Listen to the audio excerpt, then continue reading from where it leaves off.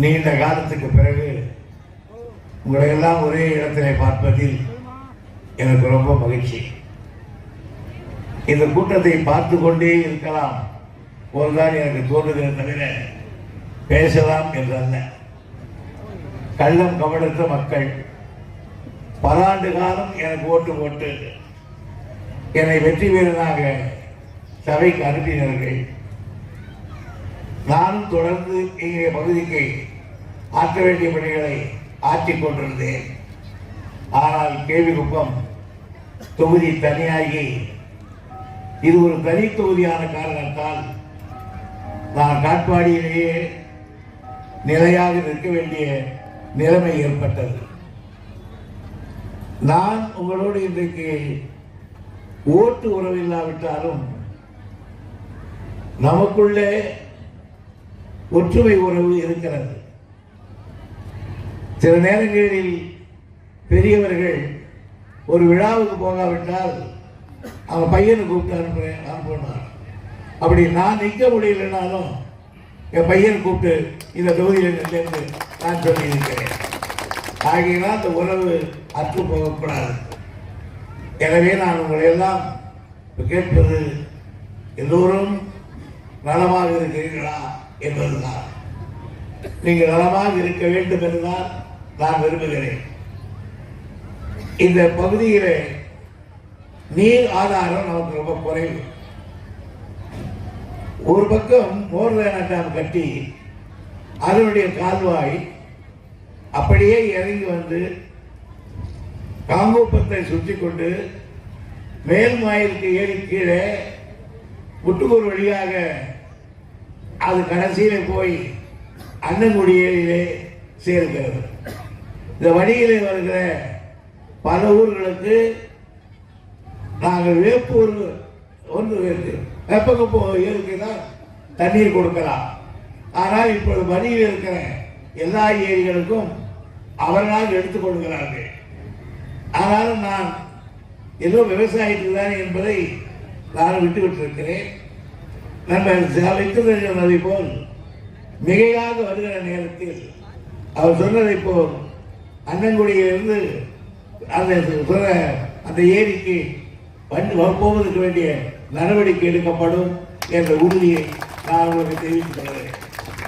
ஆகியனால் கட்டிய கொண்டு ஒரு கால்வாய் இப்படி எல்லாரையும் பசுமையாகிவிட்டது.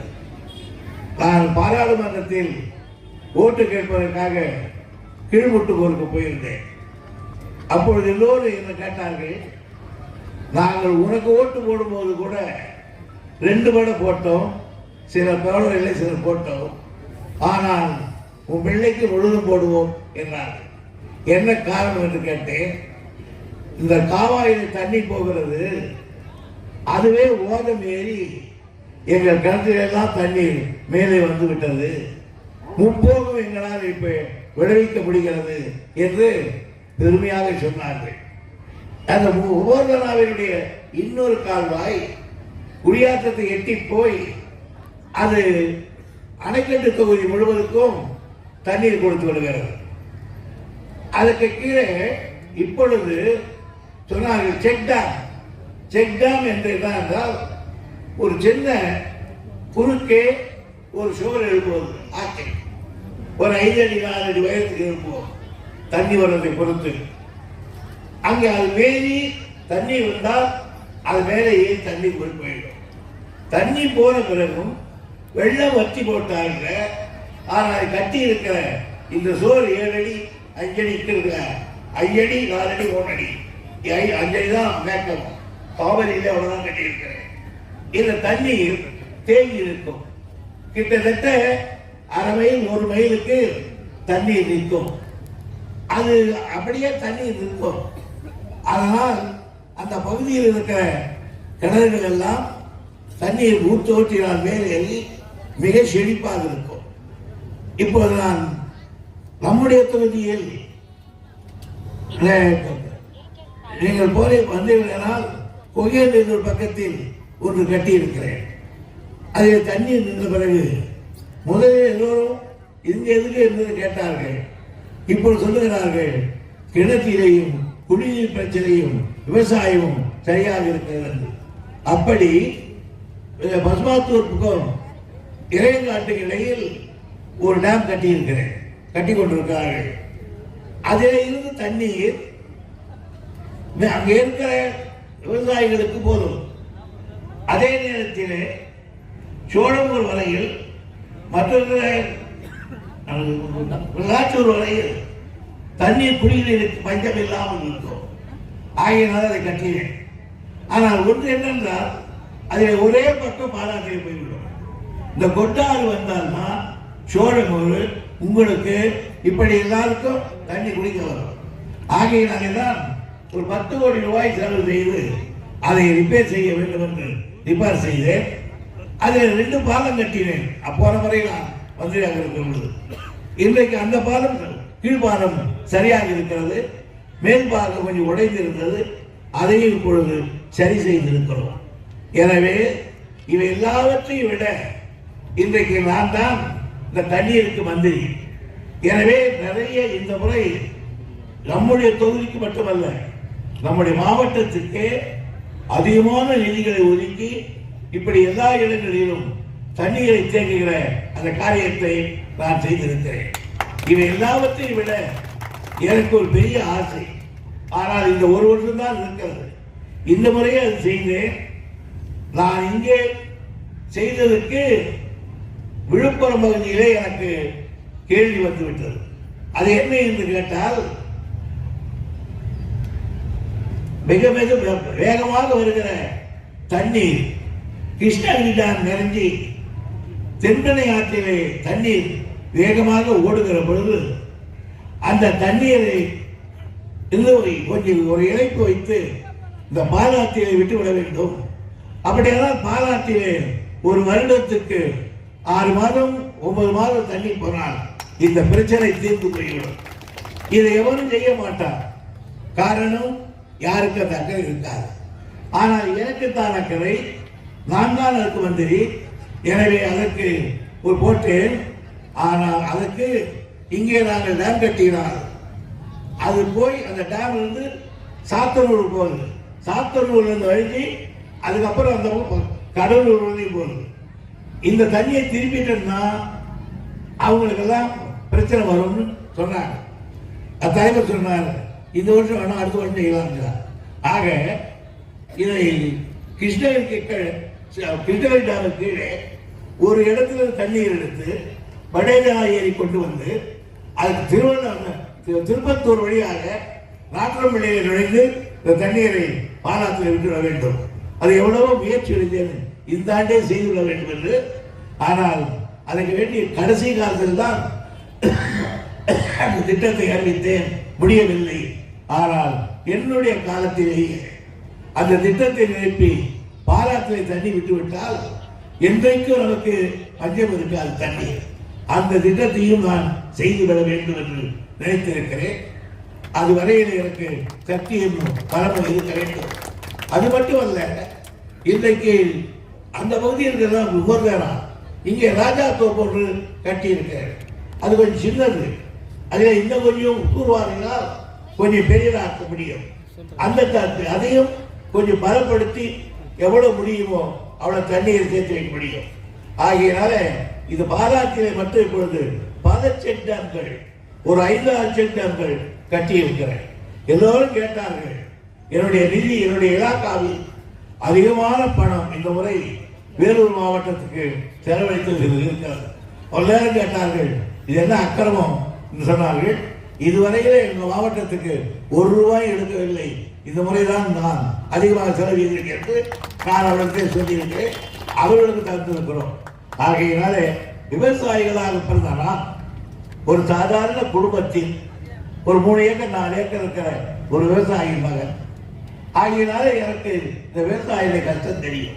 அப்படித்தான் நான் போன முறை அதுக்கு முன்னே அமைச்சராக இருக்கிற பொழுது இந்த விவசாயிகள் 2 மாதத்துக்கு ஒரு முறை கிணத்துல தண்ணி இருக்கிறதோ இல்லையோ கரண்ட் பில் கட்டுவார்கள். அது கட்டுவதற்காக கூட்ட நகை வைத்துக் கொண்டு அடகு வைத்தார்கள். அந்த கஷ்டம் போக வேண்டும் என்றுதான் எவ்வளவு எத்தனை நாள் போக வேண்டுமானாலும் இருக்கட்டும் இலவச மின்சாரத்தை நான் கையெழுத்து போட்ட கரம் தான் இந்த கை. நான் தான் அவற்றை கலைஞர் அவர்கள் ஆணையிட்டார்கள். நான் அதை பகுதியாக போட்டு வெளியே அனுப்பினேன். ஆகினால் எப்பொழுது பார்த்தாலும் என்னை பொறுத்தவரை இந்த முறை தமிழ் தளபதி அவர்கள் உங்களுக்கு எல்லா இலாக்காவையும் எழுதிவிட்டு எந்த இலாக்கா வேண்டுமானாலும் எடுத்துக்கொள்ளுங்கள் என்று சொன்னார். நான் உடனே சொன்னேன், நீர்வளத்துறை எடுத்துக்கொள்கிறேன். நீர்வளத்துறையிலிருந்து பிடபிள்யூ பிரித்து விட்டார்களே பில்டிங் என்று கேட்டார். எதை பற்றி எனக்கு அக்கறை இல்லை. நீர்வளம் தான் விவசாயியோடு தொடர்புடையது. ஆகவே எனக்கு அந்த இலாக்கா தான் வேண்டும் என்று நான் அடுத்து அடித்து வாங்கியவர். ஆகவே இந்த நம்முடைய மாவட்டத்தில் இன்னும் சில திட்டங்கள் செய்ய வேண்டியிருக்கிறது. ரவிச்சந்திரன் கேட்டார், அதாவது ஒகரங்கள் தண்ணீர் நம்ம ஊருக்கு வர வேண்டும் என்று. நான் அப்பொழுதே சொன்னேன், இதை நேராக குடியாத்தத்துக்கு கொண்டு வந்து கேவுப்பு வழியாக இதை வேலூருக்கு எடுத்து போராட்டம். ஆனால் இருக்கிற பிரதிகள் அன்றைக்கு அதை விட்டு பள்ளிக்கொண்டா கொண்டு வந்து அந்த வழியாக கொண்டு போய்விட்டார்கள். நண்பர் நேர்வழத்தில் சொல்லி இருக்கிறேன், எப்படியும் இந்த முறை நண்பர் ரவிச்சந்திரன் சொன்னதை போல் அந்த பள்ளிக்கொண்டாவிலிருந்து நேராக பல்மாத்தூர் கீழே கொண்டு வந்தால் கூட தண்ணீரை கொண்டு வந்துவிட முடியும். ஆகையால் என்னால் அந்த முயற்சியை நான் செய்வேன் என்பதையும் தெரிவித்துக் கொள்கிறேன். அதிகமான வாக்குறுதிகளை எலெக்ஷன் நேரத்தில் தரக்கூடாது என்றால் எங்கே என்று கேட்பார்கள். இதெல்லாம் இந்த திட்டம் எல்லாம் நீண்ட காலம் திட்டம், அதிக பணம் செலவாகும். எனவே தனி திட்டமாக அறிவிக்க முடியாது. அடுத்த தேர்தலில் தான் இவற்றை எல்லாம் அறிவிக்க முடியும். அடுத்த தேர்தல் வந்தால் எப்படி இருக்கும் என்று கேட்கிறீர்களா? முத்துவேல் கருணாநிதியுடன் ஸ்டாலின் தான் முதலமைச்சராக வருவார் என்கிறது. என்ன தவறு செய்திருக்கிறோம் நாங்கள் ஆட்சியிலே வந்த பிறகு? என்ன தவறு செய்திருக்கிறோம் நினைத்து பாருங்கள். ஒவ்வொன்றாக காலையிலே 100 நாள் வேலை வேலைக்கு போகிறீர்கள். நம்ம ஊரில் தான் நாற்று நட போறீங்க, அறுபடு போறீங்க. காலையில் எழுந்து பெண்ணுக்கு இட்லி சுட்டு சட்னி அரிச்சு சாம்பார் வச்சா கொடுத்துட்டு போறோம். போகும்போது தூங்கிட்டு இருக்கிறோம். எழுப்பி விட்டு நான் போறேன்டி, நீ கொஞ்சம் வந்து முகத்தை கழுவின்னு ராத்திரி சோறு தண்ணி ஊற்றி வச்சிருக்கேன், அதை புழிஞ்சு போட்டு ஊருக்காரதும் தொட்டுக்கும் சொல்லி போவீர்கள். அந்த பழம் சாதத்தையோ பழக்கடியையோ கூழையோ குடித்து விட்டுதான் குழந்தைகள் பள்ளிக்கு போச்சு.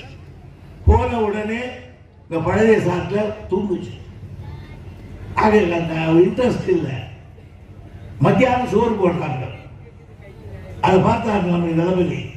காலையில் வெறும் வயிற்றோடு வந்து இருந்தால் பாடத்தை கவனிக்க முடியாது என்று சொல்லி இன்றைக்கு குழந்தைகளுக்கு எல்லாம் பொங்கல் போடுங்கள், கிச்சடி போடுங்கள், இட்லி போடுங்கள் என்று இன்றைக்கு டிஃபன் போடுங்களா? இது மகத்தான சாதனை இல்லையா? தமிழ்நாட்டில் இருக்கிற குழந்தைகள் முழுவதும் சாப்பிடுகிறது. அதே போன்றுதான் தாய்மார்கள் எவ்வளவு கஷ்டங்கள் இருக்கிறது.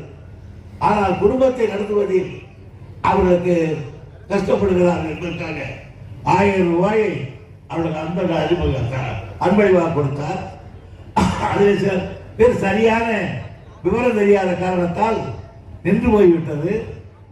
இப்பொழுது யார் யாருக்கு விட்டு போய்விட்டது கணக்கெடுத்தோ ஒரு தமிழ்நாடு முழுவதும் ஒரு 30-40 லட்சம் பேர் சேர்ந்தார்கள்.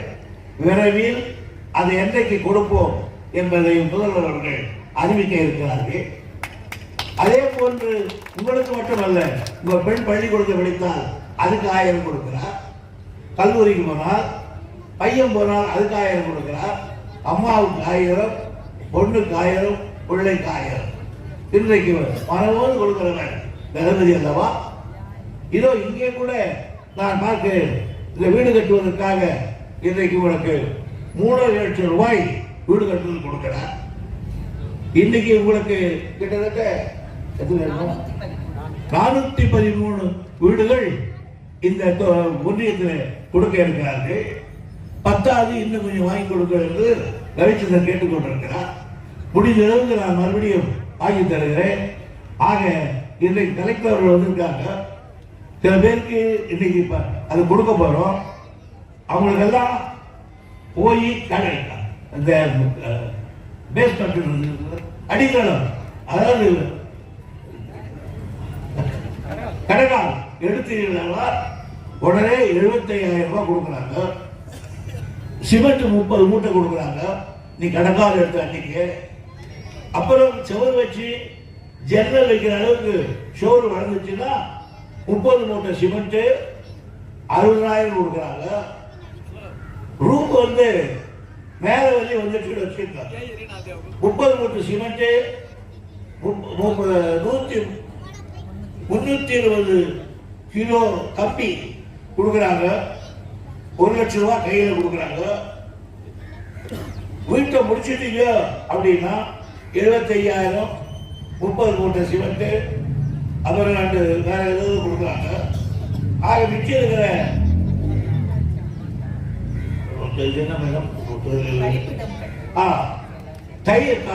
கழிப்பிடம் கட்டுறதுக்கு கிட்டத்தட்ட 32,000 கொடுக்குறாங்க. குளியல் அறை கட்டுவதற்கு 12,000 கொடுக்குறாங்க. ஆக 3,50,000 ரூபாய் ஒரு வீடு கட்டுவதற்கு என்று இன்றைக்கு வந்து கொடுத்திருக்காங்க. அப்படி இன்றைக்கு நம்முடைய மாவட்டத்தில் மட்டும் கிட்டத்தட்ட 4,200 வீடுகள் கட்டுவதற்கு இன்றைக்கு கலெக்டருக்கு உத்தரவு வந்திருக்கிறது. காலையிலே காட்பாடியிலே திருக்குறள் கொடுத்தேன், மாலையிலே உங்களுக்கு இப்பொழுது கொடுக்க போகிறேன். எனவே இதை வாங்கி கொண்டு போகிறவர்கள் பயனுள்ளதாக செய்யுங்கள்.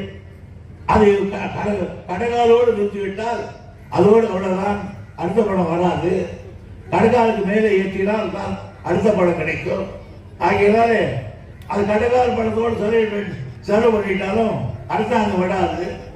ஏன் கடகாலோடு நிறுத்திட்ட அப்படின்னு கேட்பாங்க. ஆகையினால அரசு செய்கிற காரியங்களை நீங்கள் பயன்படுத்திக் கொள்ள வேண்டும் என்று நான் உங்களை மிக பணிவோடு கேட்டுக்கொள்கிறேன். இந்த பகுதியிலே நான் அடிக்கடி வந்து போகிற ஊர் இந்த ஊர். நான் விருதுகிற நேரத்தில் எல்லாம் எங்கள் நிலத்துக்கு போவதற்காக இந்த வழியாக தான் போய் வருகிறேன். எனவே இங்க இருக்கிற மக்களை எல்லாம் ஒவ்வொருவரும் எனக்கு தெரியும். உங்களோடு நான் கிட்டத்தட்ட 20 ஆண்டு காலத்துக்கு மேலாக பழகி இருக்கிறேன். எனவே உங்களை எல்லாம் இன்றைக்கு பார்த்ததில் எனக்கு மற்றற்ற மகிழ்ச்சி என்று தெரிவித்துக் கொள்கிறேன். இந்த ஆட்சியினுடைய பெருமைகளை நேரங்களால் காரணத்தால் சுட்டி காட்டியிருக்கிறேன். இன்னும் பல திட்டங்களை தளபதி அவர்கள் நடத்தி கொண்டிருக்கிறார்கள். எனவே அந்த ஆட்சிக்கு உறுதுணையாளர்கள். என்னை பொறுத்தவரையில் ஒவ்வொரு கிராமமும் எனக்கு தெரியும். கேகுப்பம் கிராமத்தில் எனக்கு தெரியாத ஊரே கிடையாது. எனவே நீங்கள் கேட்காவிட்டாலும் நானாகத்தான் இவையெல்லாம் செய்வேன் என்று எடுத்து சொல்லி வாய்ப்புக்கு நன்றி தெரிவித்து விடைபெறுகிறேன். நன்றி, வணக்கம்.